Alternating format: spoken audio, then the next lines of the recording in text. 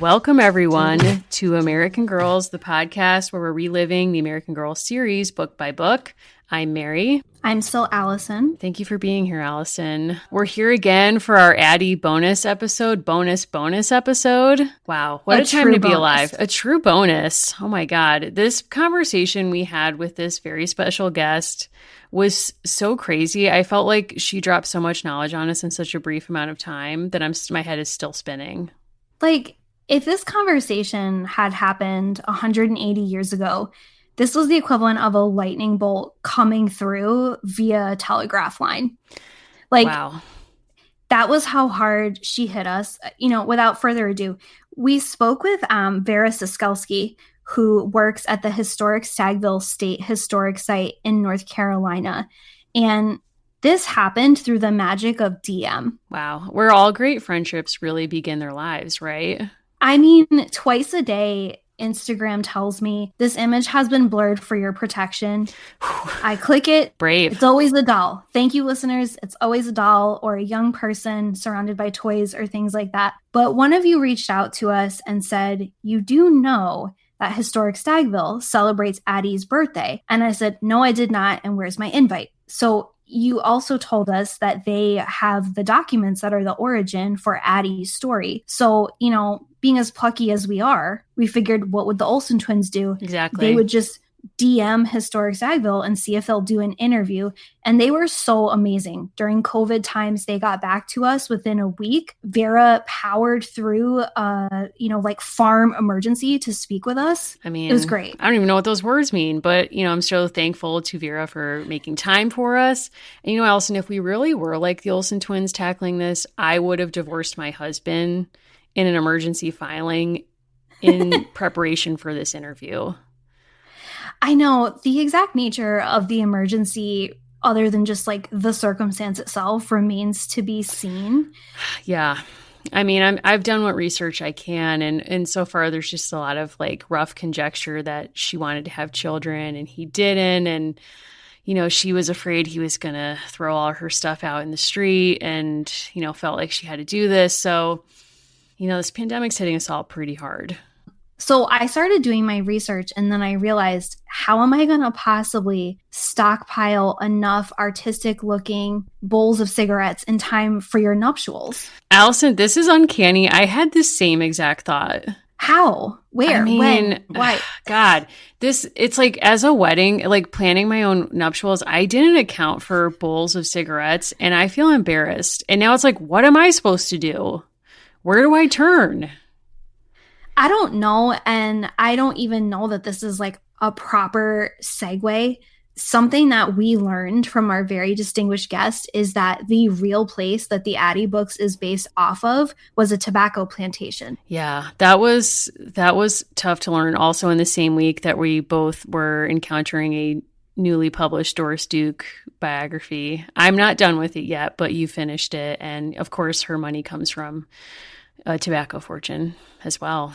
I read that book in one day. That book didn't deserve me. That's all I'm going to say. I know you have strong feelings about it, and I still want to read it just so I can be on your level. So I am going to do that for you. I need to. I like the way we're protecting the identity of this biography by not actually naming it.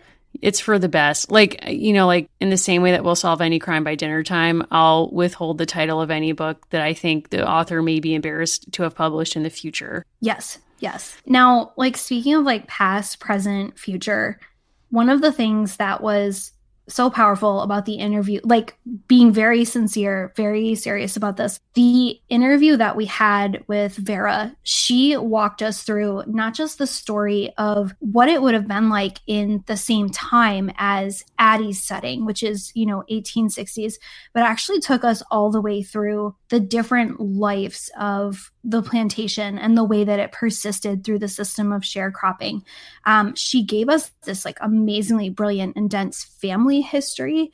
And honestly, we were riveted. We learned so much about these real people that the Walkers are based on. Yeah, I truthfully didn't know any of that before this conversation. And it really helped to kind of put Addie in conversation with the history in which she's based in a way that I think is beneficial for readers like us who are, at least by age count, adults, if not by behavior, to think with in a way that, when you're 8 or 9 years old reading these books for the first time, as we were, some of this accounts of real violence and sexual abuse and sexual assault would not have maybe been appropriate to share. But now to kind of know some of these really serious contexts for the lives of people who's in many ways inspired Addie's story really makes you think differently about the books themselves and the trajectories. And also, I think a really important piece that she flags for us is that, as we talked about in a previous episode, I think, Allison, you said that learning about the civil rights movement in the 90s presented it falsely as a completed movement.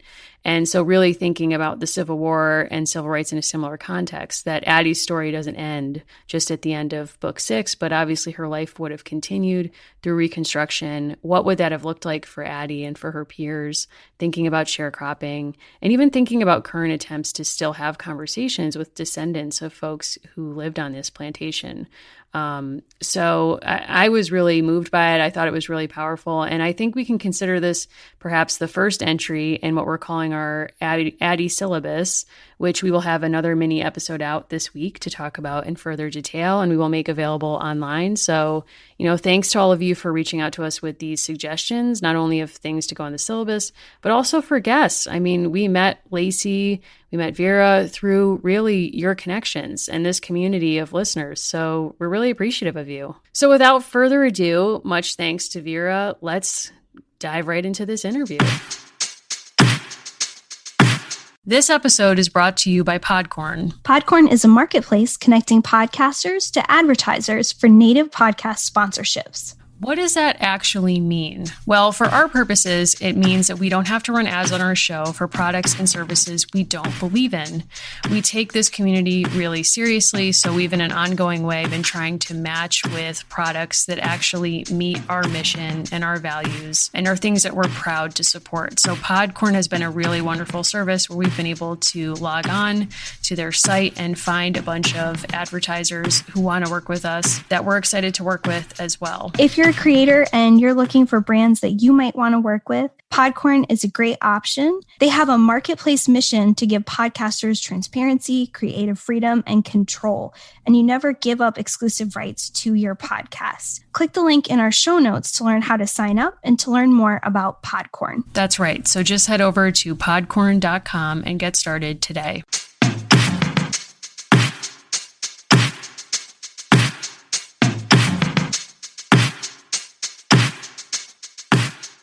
So we are here today with Vera Soselski, and we're very excited to talk to you. Humble brag, we had the same internship one summer, not together. Whoa. Spoilers. Oh, yes, we looked into you. No, I'm kidding. So we reached out to your site via Instagram because one of our listeners actually wrote to us and explained that historic Stagville, where you are the site manager, has all these amazing connections to Addie, not just when the Addie Walker books were first being written, but also more recently with some events that you've been putting on. I did just want to brag for you for a second. Vera is a Williams College graduate where she studied environmental studies and American politics. Good choices. Her focus is on nonfiction, oral history, and regional identity. She's worked at the North Carolina Maritime Museum, the Core Sound Waterfowl and Heritage Center, Mystic Seaport. Wow. Dramatic pause. And NOAA. And we're really excited today to talk to you a bit about your role at Stagville. But first, we have our most important question, which is, who are you in the American Girl universe and why? Ooh, that's really hard because I did not prepare for this question at all. I have been talking to a lot of my colleagues about American Girl this week and about their various childhood memories of American Girl. The only American Girls whose stories I remember very clearly from library books as a child are Addie, whose stories I spend a lot of time with professionally right now, and Josefina, who was my favorite American Girl as a child. So maybe I'll identify with her story the most, but it'd be hard for me to articulate exactly what about that. Her personality. Do you feel safe? What was that? Do you feel safe? Like, I'm asking some follow-up questions. As someone who's very new to the Josefina books, like, that's what I've emerged with. Like, if someone identifies as a Josefina, it's like, I get worried on your behalf. Like, my view is like, she took a lot on. She was living with a murderous aunt. I don't know if you remember that from the books, but, you know, there's like a homicidal aunt in the book, Tia Dolores. It wasn't that part that I was resonating with right away. Personally, Okay. I do feel personally safe. I don't know about any of that in my own family tree, but I appreciate the check-in. Yeah. You have like beautiful Josefina length hair. Which do. Like listeners won't know that, so we have to kind of like fill that in. Okay. But part of what made us really interested was this listener kind of making this connection for us, and where it came was with Addy's birthday. And like, if you had told me that as a 32-year-old woman, I would wake up, 5 times in the month of April and be like, it's this doll's birthday, I need to stage a photo shoot, wouldn't have believed you, but it's where I am. So Addy's birthday, I stage a photo shoot. I get her ready. Like, I get myself ready just in case I get like captured in a mirror. And someone DMs us and says, there are sites that do Addy birthday parties. And we were like, yes, we know, we're waiting to be invited. Second piece, Historic Stagville was the direct inspiration. Yeah. And that you have actually hosted an Addy birthday party. So could you kind of take us back first 30 years? Like, how did that partnership start? Yeah, so I wasn't working here. I've only been with Stagville for about 5 or 6 years now. But in this story actually kind of goes back to the 1980s. There was a African-American woman, a historian named Alice Ely Jones. She's from Murfreesboro, North Carolina. And Alice Ely Jones was the first African-American researcher to really dive deeply into the history of the African-American families who were enslaved at Stagville, at this massive plantation site in Piedmont, North Carolina. And she did an amazing series of oral histories with descendants of people who had been enslaved on this land. And she spent several years here as a research fellow. And she was one of the first researchers to really bring forward the focus on the story of the African-American experience on this land, which is currently the work that our site does, is all centered around interpreting the history of a plantation site and plantation land with a focus on race and slavery and the African-American experience. And so Alice Ely Jones worked very closely with descendants of Stagville families and became immersed in this African-American history. And then somewhere along the way, she became involved as a consultant when they were writing the first book in the Addy series. And I know from other research that a number of other folks were consulted along the way, but there's very clear ties between especially some of the artifacts that are in Addy's book, which tie to real artifacts that were excavated by archaeologists here at this site, and also a real family who were enslaved on this land, and their story of freedom seeking was, again, something that Alice Ely Jones pulled on as a inspiration and kind of a way to ground at least the first Addy book in a particular nonfiction story and in a very real family experience. We can talk more about that family's experience, which was in many ways very different than Addy and her family's story in the book. But for anyone who has the original edition of the Addy books in Meet Addy, if you flip to the little section at the back, which has the real history tidbits and pictures and historical context, you'll actually see an image of an artifact from Stagville that was used in those first early editions of the books and included there. And ever since then, Addy has been part of our site's programming to some degree. And over the last 5 or 6 years, we've had this Addy birthday party event, which focuses on, is an event mostly for children, but focuses on both kind of diving into the context for Addy's story, but again, helping young readers build a connection between the story that they're reading, the doll they might have, and the real history that we know about here, and the real kind of context that we can ground that story in at our site. And of course, for me, one of the most fascinating parts of that programming is how many people we find who grew up right here in North Carolina, or maybe here in Durham, or right up the road. Even, folks who are now in their 20s or 30s who grew up reading the Addie books, who have lived here all their lives, who never realized that those books had a grounding in a real family's experience, maybe in the place that they're from in some readers' cases. And I certainly grew up reading the Addie books, and I don't think as an adult, until I came back to them, I really remembered that that the early parts of the story even took place in North Carolina, let alone that it was based on something that is history from my hometown. I grew up here in Durham, so this is my place. When you say young readers, like, is that under 35 or? Well, I think that we have been talking a lot about the need to maybe develop a program, and we were actually hoping to do it this year, but I don't know, now that we're in the midst of COVID-19, if that's going to become a reality.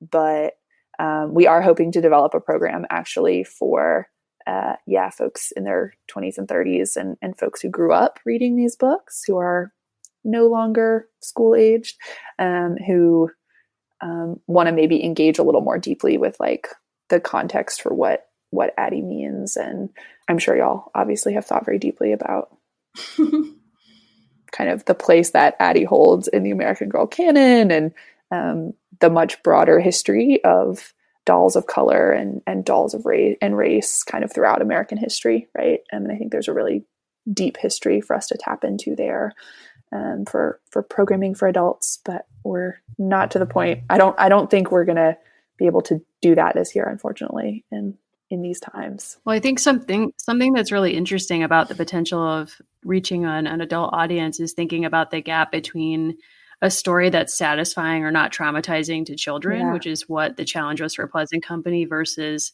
in some ways the really harsh reality on which it's based that maybe the adults can sit with in a different way. So I'm wondering, speaking to that, if you might share some of the history of Mary Walker and other folks on whom this is based. So the closest historical inspiration for Addie and her family is the Walker family, who were enslaved on this plantation. And it is a story that involves freedom seeking, but it is a story that is probably much more complicated and nuanced, and involves probably a great deal more trauma than the way we might usually read the Addie books. So the mother of that family was a woman named Mary Walker. She was born here, enslaved on this land in 1818. Her mother and her grandmother had both been enslaved on this plantation before her. Both her mother and her grandmother had children that were born on this plantation who never had fathers recorded in the plantation records, which typically means that the father of those children was a white man who had sexually assaulted or raped those women. We don't know their identities for the most part, although Sidney Nathans, who's the historian who's dived most deeply into Mary Walker's story, has some speculation about who those men may have been. They may have been members of the Benahan or Cameron families, who were the enslaving family on this plantation. He's also speculated that they may have been, in one case, Mary Walker's father may have been a white physician who was hired to treat enslaved women who were sick during an epidemic of disease here, and was assaulting his patients and the women that he treated. Mary Walker grows up here in the mid-1800s. We know that she was a very light-skinned woman. Later in life, she's described as being someone who could pass as white in some of the spaces that she entered in her life. And Mary Walker learned to do the same kind of work that her mother, Priscilla, had done before her, which was doing domestic work in the houses of the families who owned this plantation. She was forced to work in very close proximity, constantly on call alongside the Cameron family who enslaved her. She also learned to be a very skilled seamstress from her mother as well. Mary Walker was, during this time period, able to learn to read and write, which was, as we know, fairly extraordinary for an enslaved person. By the 1830s, North Carolina had passed laws making it illegal for enslaved people to learn to read and write. Mary Walker may have been able to learn, partially because she was assigned to labor as a personal maid and servant for the daughters in the Cameron family. So she was constantly on call and was in close proximity to their lessons and tutoring and the very expensive education that they had. By the 1830s, many of the daughters in the Cameron family, who were young women at this point, contracted tuberculosis. And many of these women were sick for not just months, but years of their lives with tuberculosis. Several of these daughters eventually died from this tuberculosis. And so during these years, Mary Walker was ordered to serve as their nurse and caregiver and aide throughout these years of illness. So this meant an even more demanding schedule of being on call. And it also meant, in many cases, weeks or months of painful separation from her own family. Mary Walker not only had, at this point, her mother and her grandmother living here, but she also had 4 children of her own who were born here. Again, there was never a father recorded for those children in any of the records. Mary Walker herself, throughout her life, refused to ever talk about or acknowledge who the father of her children was, but she likely was experiencing sexual harassment and rape throughout her life here as a young woman. Her oldest son, a boy named Frank, is described by the Cameron family as having green eyes and freckles and being so light-skinned that 95 out of 100 men would believe that he was a white man. So there's very clear evidence of this history of sexual assault in Mary Walker's family tree there. As Mary Walker continues to labor as a nurse and a caregiver, the Cameron family eventually decide to take their daughters from North Carolina out of the state and to seek medical aid to cure, hopefully, the surviving daughters' illnesses by going to the city of Philadelphia, which, of course, is also where Addie's freedom-seeking takes her. Mm-hmm. Mary Walker goes on a series of trips with the Camerons to Philadelphia along with them, staying for weeks or months at a time in some cases.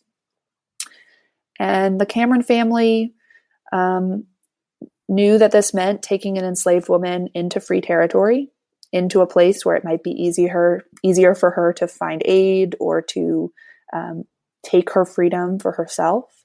But they also knew that they had Mary Walker's entire family, and especially her children, captive behind her in North Carolina. So each time that Mary Walker goes away on these trips, she's, of course, thinking about if she does take her freedom, if she does try to escape, what will the consequences be for her mother? What will the consequences be for her elderly grandmother? What will they be for her very young children? On one of these trips, one of her young sons, a boy named Edward, contracts a fever and dies before Mary Walker is able to return and see him. So she loses one of her children during one of these periods of separation, which of course must have been intensely painful. And the Camerons sort of crow at times over the fact that they are bringing an enslaved person into free territory and that Mary Walker, year after year, does not escape from them in Philadelphia.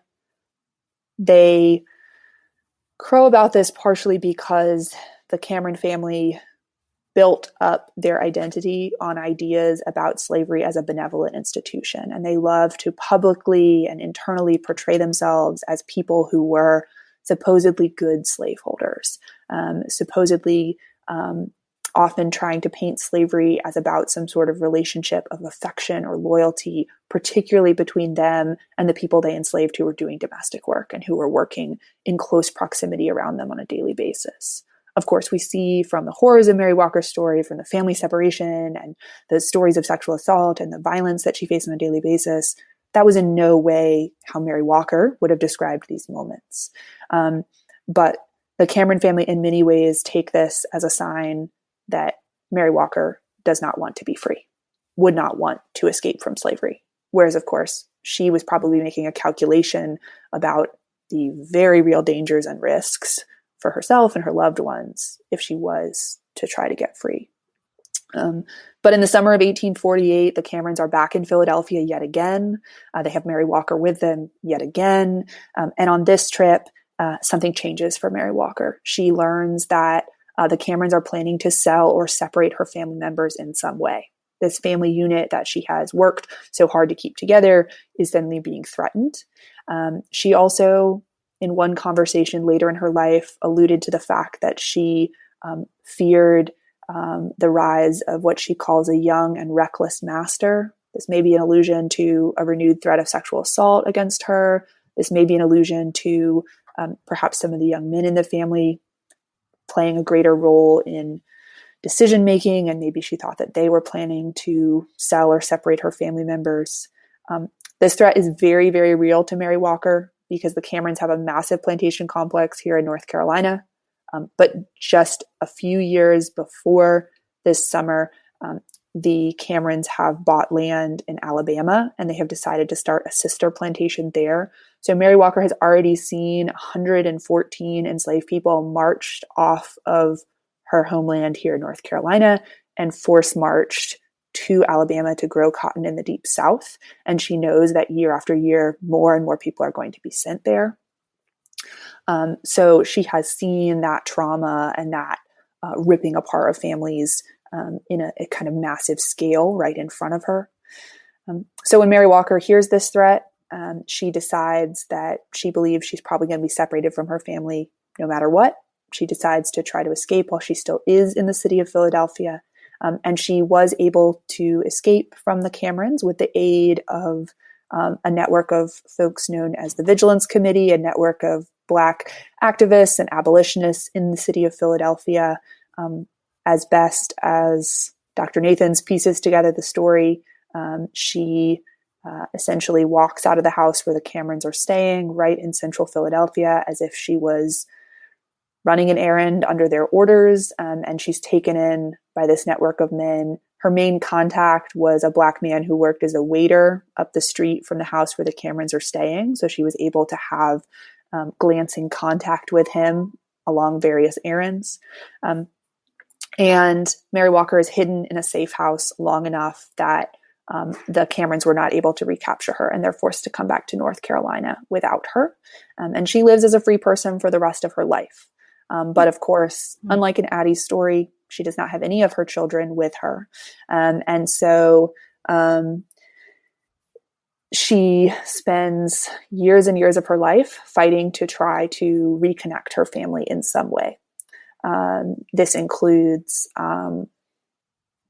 sending appeals to the Cameron family, including an offer to raise funds to buy her children's freedom. This includes hiring men to come on secret missions into North Carolina to try to make contact with her children and bring them away to her. But none of these missions ever succeed. And I think often when we tell stories about freedom seeking, we often, sometimes too often, tend to end the story with the moment of taking freedom. And one of the things that sits with us very deeply in Mary Walker's story is that while she technically is living as a free person for much of this time, she did not feel free, right? She still felt bound to the people she loved who were enslaved. And she reports throughout years of her life, long periods of depression, grief, anxiety, days when she could not get out of bed, when she could not make small talk with people around her or go about her daily work because of the pain of thinking about what was happening to her family.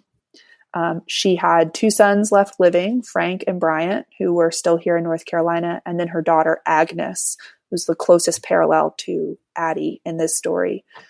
Agnes's full name was Agnes, but she was often called Aggie, of course, in the records here. And as Agnes turns 12 and 13 and 14 years old, Mary Walker becomes increasingly panicked, again, that she is also facing sexual assault or sexual harassment in the Cameron households. The Cameron children, for the most part, were doing domestic work in close proximity around the Cameron family during these years. And Mary Walker's oldest son, Frank, tries to take his freedom as well. He runs from Stagville and tries to find his mother. His story doesn't have a clear ending for us. So we know that Frank is reported as making it to New Jersey. He's looking for Mary Walker, but he's unable to find her. He doesn't have enough information to locate her. He secretly gets a message from New Jersey to his grandmother, who was enslaved here in North Carolina, Mary Walker's mother, hoping that she will have some information to reconnect them. The Camerons intercept this message, and so they hire hunters to try to track down Frank. He's never recaptured and brought back here, but he also never reconnects with Mary Walker, and we don't know what else might have happened to him. Of course, fortunately, Mary Walker lives through the American Civil War. When the war ends in the spring of 1865, federal troops sweep into this part of North Carolina. There's a major Confederate surrender that happens here in what is now Durham. When federal troops come into Raleigh, Mary Walker's friends they say she was wild with excitement at the thought that she would be able to even get a message into where her family was again. And there happened to be a man in the United States troops who were headquartered in Raleigh who had heard Mary Walker's story through some of these abolitionist networks. And he knew that she had family here. And he went to the Cameron's estate in Raleigh and asked around looking for her family. And he was able to find her two remaining children who were in North Carolina, Agnes and Bryant, there. And they were able to get word that their mother was still alive and where she was. And in the summer of 1865, Agnes and Bryant are able to go up and meet Mary Walker. And they end up living together in Cambridge, actually, for a period of years at the end of Mary Walker's life. Mary Walker does die when she's relatively young. She has many years of illness and stress, obviously, throughout her life. And again, Dr. Nathans, who studied her life most closely, speculates that she may have died at a younger age, partially because these years of the chronic illnesses that she was suffering were really exacerbated by these years of stress and grief, which really took a physical toll on her. We often tell Mary Walker's story here. Obviously, it's one of the stories we teach here all the time. And we really hold on to it as a story about the dangers and the consequences of freedom seeking, the way that almost any enslaved person who took their freedom and escaped from slavery before 1865 suffered the reality that while they themselves might have legally or physically been free, the ties that bound them to family and friends and loved ones who were still enslaved often meant that their life was not free. And it really raises questions about what we mean when we describe a formerly enslaved person as being free, and the way that anyone who was enslaved was sort of the rest of their life, and their children's lives in many cases was shaped by the trauma and the ghosts of the realities of enslavement. There's so many other things we could talk about in Mary Walker's story. It's one of the richest stories that we have. Of course, there's all kinds of parallels in there to the Addie story, right? The names match up, the ties to Philadelphia. There's at least, a grain of that sort of. One of the things I appreciate about Addie's story of freedom seeking is that it does include a story of family separation and a story of how complicated it could be to try to piece family together. Of course, in Addie's case, that all kind of ties together a little more neatly than it did for many, many, many, many other people. Right. What do we know about how Aggie's story ends? I think one of the sort of interesting and kind of haunting parts of Mary Walker's story is that when her family is back together, they've been separated for 17 years at that point. Both her children were under 10 when she had last seen them. So Aggie has lived through many experiences, many of which we don't have any record of, without them being together as family. And so while I'm sure there was a great deal of joy and reconnection in their reunion, that reunion is not without complications and tensions along the way, as they are kind of trying to rebuild what it means to be family to each other, and how they reconnect with each other. Aggie does marry. Her brother, Bryant, struggles with alcoholism and kind of this persistent instability throughout his life. And Aggie really becomes the support for their whole family network, to some degree financially, managing renting a house that the family owns and other things like that, but also kind of becomes this linchpin that's kind of holding the family together through very difficult times, right? Through those years. And we know that she marries a man named James Burgwin, who was a carpenter, and who was also had been enslaved in North Carolina. So they both end up encountering each other in Cambridge, and that's where they marry and live together, ultimately, along with Mary Walker and her brother Bryant for a period of time. But they have this at least adjacent sort of North Carolina experience tying them together.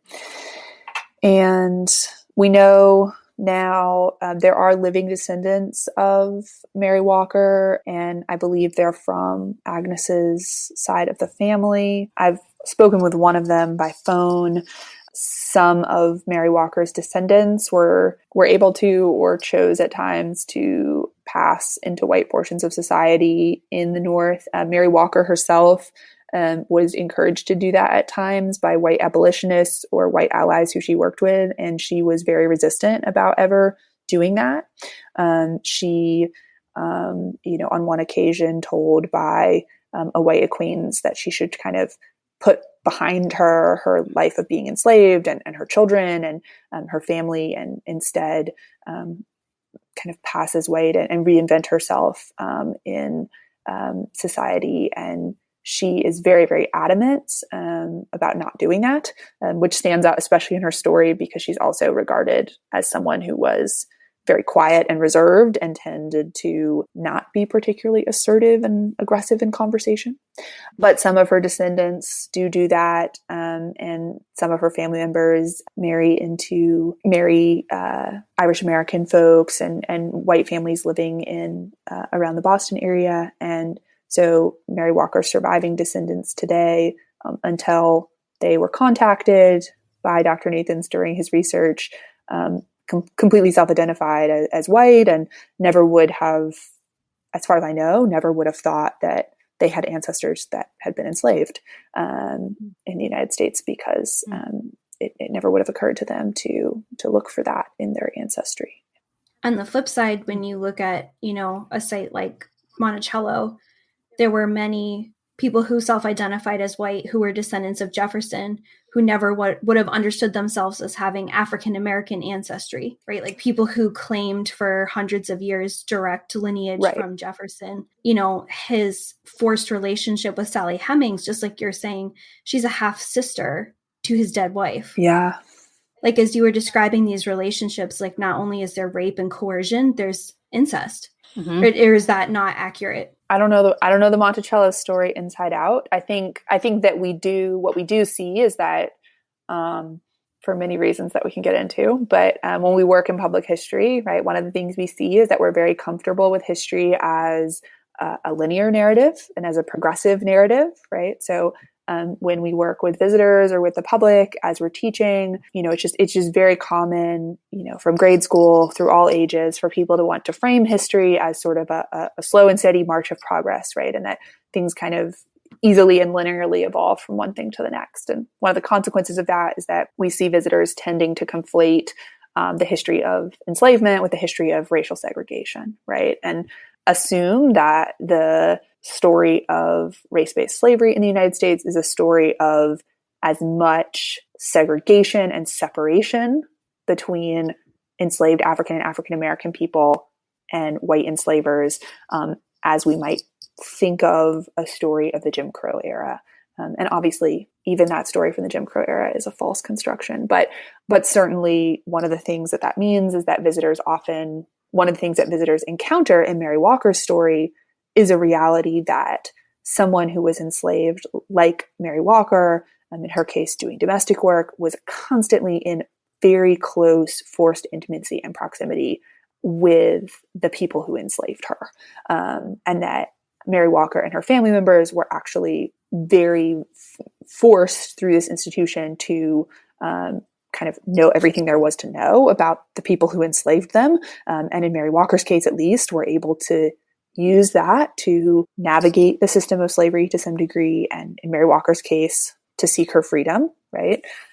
She's able to make calculations about her freedom seeking because she knows that the Camerons are carrying these assumptions about affection and loyalty and slavery as a benevolent institution. And she's able to sort of manipulate between the cracks of that in part to escape while they're in Philadelphia. But there's also a horrific side of that, right? Which is the stories of sexual assault and harassment and daily violence in that household that also comes out of that same proximity, right? That someone like Mary Walker or like Agnes or like Bryant is the enslaved person who is most proximate to the people who enslaved them, and so is most likely to be a target of a demonstration of control or a show of temper or these kind of daily acts of violence that were part of these households, right? So, I've seen on your site you're doing listening sessions with descendants, which you were just talking about descendants. I wonder if you can kind of share about that. Sure.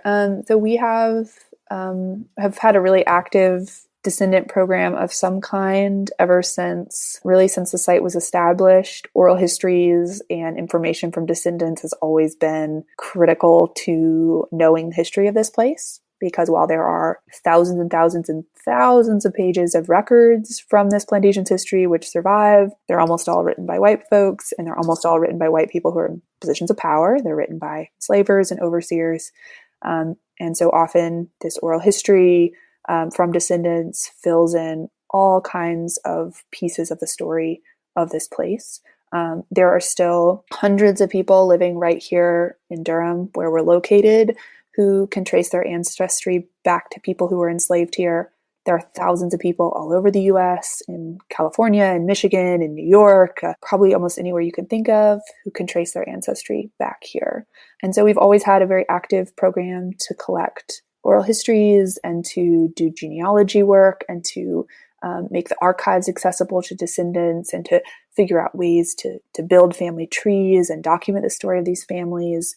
But a lot of our current projects right now are focused on how we can bring descendants into decision-making and into a place of authority about what work we do and how we do that work. So that can mean everything from, a listening session around a new project that we have underway, which means basically that descendants get to be the first people to give feedback and to make calls about what a project should look like or what they want to see at Stagville, to working with descendants to plan programs or plan events, and then of course, along with that, to work with families still who want to do genealogy or who want to have family reunions here at our site. Unfortunately, I expect that most of our family reunions this summer will be canceled, but we're scheduled to have 4 different family reunions this summer, which are some of the best parts of our work, getting to work with those families. And then we also have projects underway to help families with archiving their own history. So rather than just working with families to collect specific memories that have to do with Stagville or have to do directly with this place. We have a photo archive project where we do free scanning and digital archiving of any family photographs that any descendant family wants archived for themselves, and we'll duplicate and back it up here. Similarly, we do work with audio recording, and this has led to even branching out to things like documenting cemeteries or helping to document historically Black neighborhoods where descendants live, where maybe the neighborhood is not entirely composed of descendants, but it's still a history of a place that's threatened right now and a place that was deeply shaped by descendant families in some way. And so we're trying to do a lot of reckoning work around how can the resources and the skills that we have as a historic site and in our staff be kind of put at the disposal of descendants rather than having a relationship with descendants that's purely about, gathering some kind of material for an exhibit here or for, to add an extra story into a tour here. That's really about descendants having a stake in getting to shape the work we do and how we do it instead of just kind of being a part of our public, if that makes sense. That's a long and evolving process. It's something that obviously many sites of slavery are dealing with, and we have a very small staff and we have very few resources. So this is a constantly evolving project to figure out the best and the most creative ways that we can do that. And I am the most grateful every single day and every single week to the fact that we have many descendant families who are not just willing to engage with us, but are willing to tell us very frankly and very honestly when we need to do something better or when we're doing something wrong and what that should look like. Because that in and of itself is an act of trust, to trust us, to listen and to fix. And so I feel deeply grateful for every descendant that is willing to come here or to communicate with us in some way. And of course, for many people, this is a very painful place to be, right? There are 1,000 different descendants. We'll have 1,000 different experiences and emotional relationships to this place. There's no way certainly for me to ever sum that up or put that into words. But we know that for many people, it takes a great deal of energy and a great deal of weight to come to a place or connect with a place where they know their ancestors experienced trauma and violence like this place. And so it's an extraordinary thing for people to do that with us. Absolutely. If people are really interested in specific resources about Stagville, we're including this as kind of the first step in our Addy syllabus. Yeah. What would be a great way for folks to reach out either to you or to your site? We found you on Instagram, which may not be the most scholarly way to start engaging with Stagville, but it's how we found out about the connection. So we were really thrilled. But what would be a great way to get in touch, again, with either you or your site, or even just a resource if people wanted to get going on your website? Sure. So folks are always welcome to, as you did, find us on social media or find our website. We're part of the North Carolina Division of Historic Sites. So we have certainly a website through that. And if people are interested in specific research or specific programs or specific follow-up, they can always just email us directly.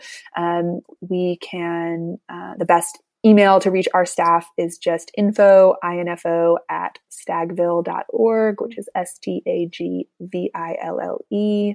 Normally, I would give our phone number and invite folks to give us a call at our office, but our staff are inconsistently in our offices right now, so I can't promise that. But if you're listening to this in the future and we are back under normal operations, you are obviously welcome to call our office number. And I would absolutely recommend, if folks are interested not just in Stagville, but specifically in the Walker family's story, I would definitely recommend not just coming to Stagville or talking to us if you get a chance, but also looking for Sydney Nathan's biography of Mary Walker and her family, which is an extraordinary book and gets into all kinds of parts of that story that we do not have time to get into. That book is called To Free a Family. And again, it's a biography that focuses specifically on Mary Walker and her children from their history here in North Carolina all the way through Philadelphia and follows them through a few generations past Mary Walker's story. It's really an extraordinary piece of research. Excellent. I'm kind of curious if because your interest is in creative nonfiction and oral history, we've talked a little bit about the WPA oral histories on the show. We've had people write to us about them. Can you kind of position those as something that, if we were putting this on the syllabus, would we put this on the syllabus? We do work with the WPA narratives all the time. I think that we use them with students on our site and with adults at our site with a specific facilitated program that's run by staff. So that involves a deep dive into the context for those stories. We actually have 3 WPA narratives that were recorded with people who were enslaved at Stagville, including one that was recorded probably in a former slave dwelling that we have still standing on our site. And all 3 of the narratives are very abbreviated and describe how much loyalty and affection these people felt for the family who enslaved them and how sad they were when the man who enslaved them died, and have very rote descriptions of sort of agricultural labor and not a lot else. There's a lot missing from those narratives, right? So we do use them, like I said, in this facilitated program. The Library of Congress and some other folks have done a good job writing some slightly dense but relatively accessible essays and introductions to the WPA narratives that talk about the various problems and complexities with the WPA narratives. I also think that the WPA narratives, if you encourage people to read broadly across, if you sit down and read the entire collection of WPA narratives from North Carolina, they don't all sound like the narratives that were taken at Stagville, right? There are lots of stories that are fairly honest and horrific, and is someone talking in a fairly transparent way about the horrors that they experienced in slavery. But there are also narratives like the narratives from Stagville. So I think the more broadly someone reads, the more full the picture is from those narratives. I think 1 or 2 in isolation. I also think picking out specific narratives and recommending them, which we do sometimes with programs here, where we have a few from North Carolina that are longer, more complete, talk about more tough subjects. So sometimes we'll recommend specific ones that are more complete, but we try not to recommend them or teach about them ever without talking about the context for them. So in many ways. So when we teach them with students, we do 3 exercises before we even let them see the narratives. And then we do a whole dissection of the narratives based on what we learned from the prior 3 exercises. So the students spend 90 minutes with us, and then it's the last 30 minutes of the program where they are actually reading the text of the narrative and dissecting it. That's for 8th graders. So... which might not be your audience, but we don't know. Who knows? Yeah. Mostly. I think those narratives have so much power that it's very hard to put them aside, right? We have these 3. I can be frustrated by the incompleteness of them here at Stagville, but they're still any measure of words from someone who was enslaved on this site, which is so few and far between in the records of this place, that there is it doesn't feel possible that we can put them aside. And we've actually learned some pretty, these narratives are each half a page long, but really tight reading of them has given us actually some really strong interpretive points to draw from those narratives. One of the men describes how sad he was when the man who enslaved him died, and how he had to be a pallbearer at his funeral, which most people read and are like, oh, that's a position of honor.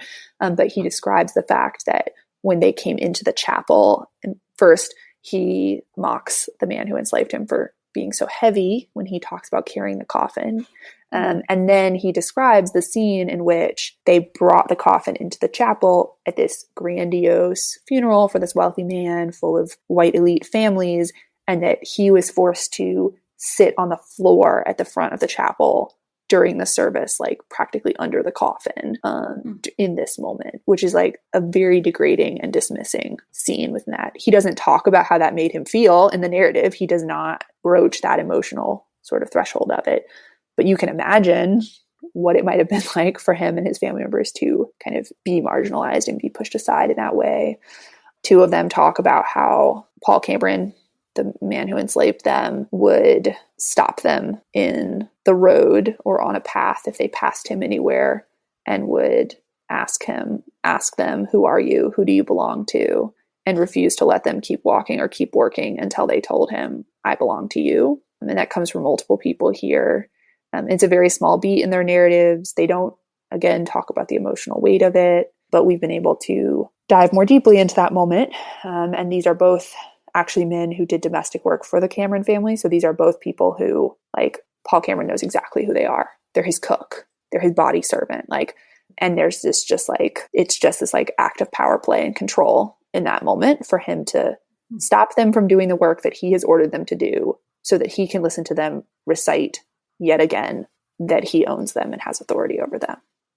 Right. And then give them a nickel or give them a dime and pretend that it's an act of generosity when in fact it's a reminder of how unfree they are.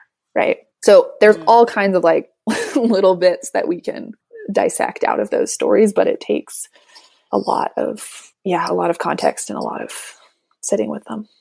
I feel like we've ended up using the WPA narratives actually we use them less as a resource to teach about enslavement and more as a resource to teach about Black sharecroppers' lives in the 1930s on former plantation land, because the families that were interviewed here, the Camerons still own the land. They were still sharecropping, living in former slave dwellings when they're being interviewed. So when we teach with those narratives, we're actually really teaching about what was 1930 legacies of slavery at Stackville looking like. And that's really the takeaway that we use for students from that lesson. It's mostly not focused on getting students to use the narrative to learn about the 1860s. And I think that works very well, but I don't know that's not Addie's time period, obviously. Old Addie. Mm-hmm. The rest of Addie's story. Do you ever have the descendants of the Camerons come to your site or seek out any Stagville interaction? We have very limited interaction with descendants of the Camerons. I have met a few descendants. I've just met the first descendants in the last year or so on my part. And the only folks I've met in person live quite far away. So I don't know if they've ever, certainly not since I've worked here, they've never come to the site or visited. Yeah, I think we also have here in the local area, we also have quite a few families that still live right in this immediate radius, whose ancestors were overseers here. I've met more descendants of overseers than descendants of the enslaving family. I think, we don't have a particularly deep relationship. We don't get funding from the Camerons or Benahan descendants in any significant capacity.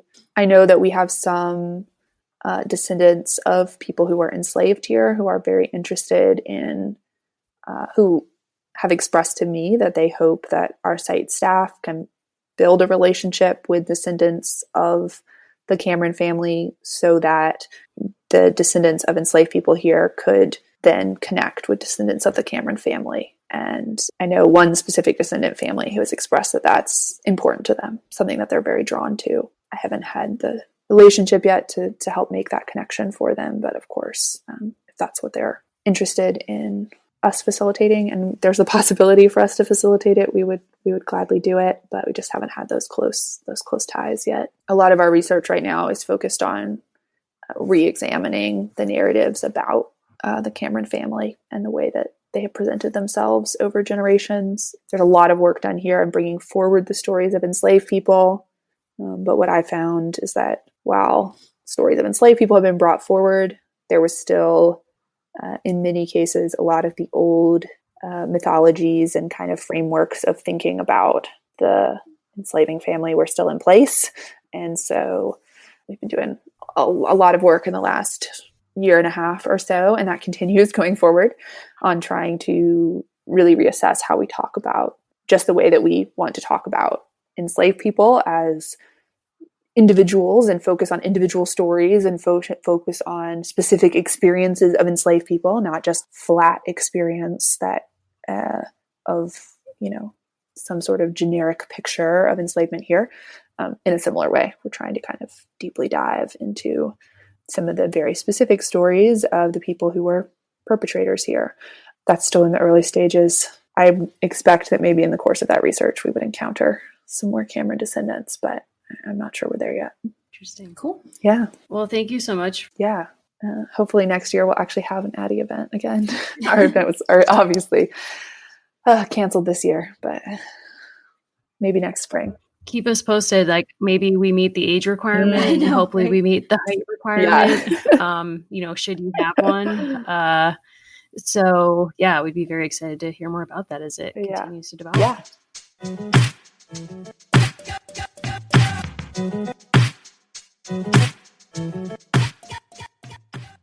At Arizona State University, we're bringing world-class education from our globally acclaimed faculty to you. Earn your degree from the nation's most innovative university. Online. That's a degree better. Learn more at asuonline.asu.edu.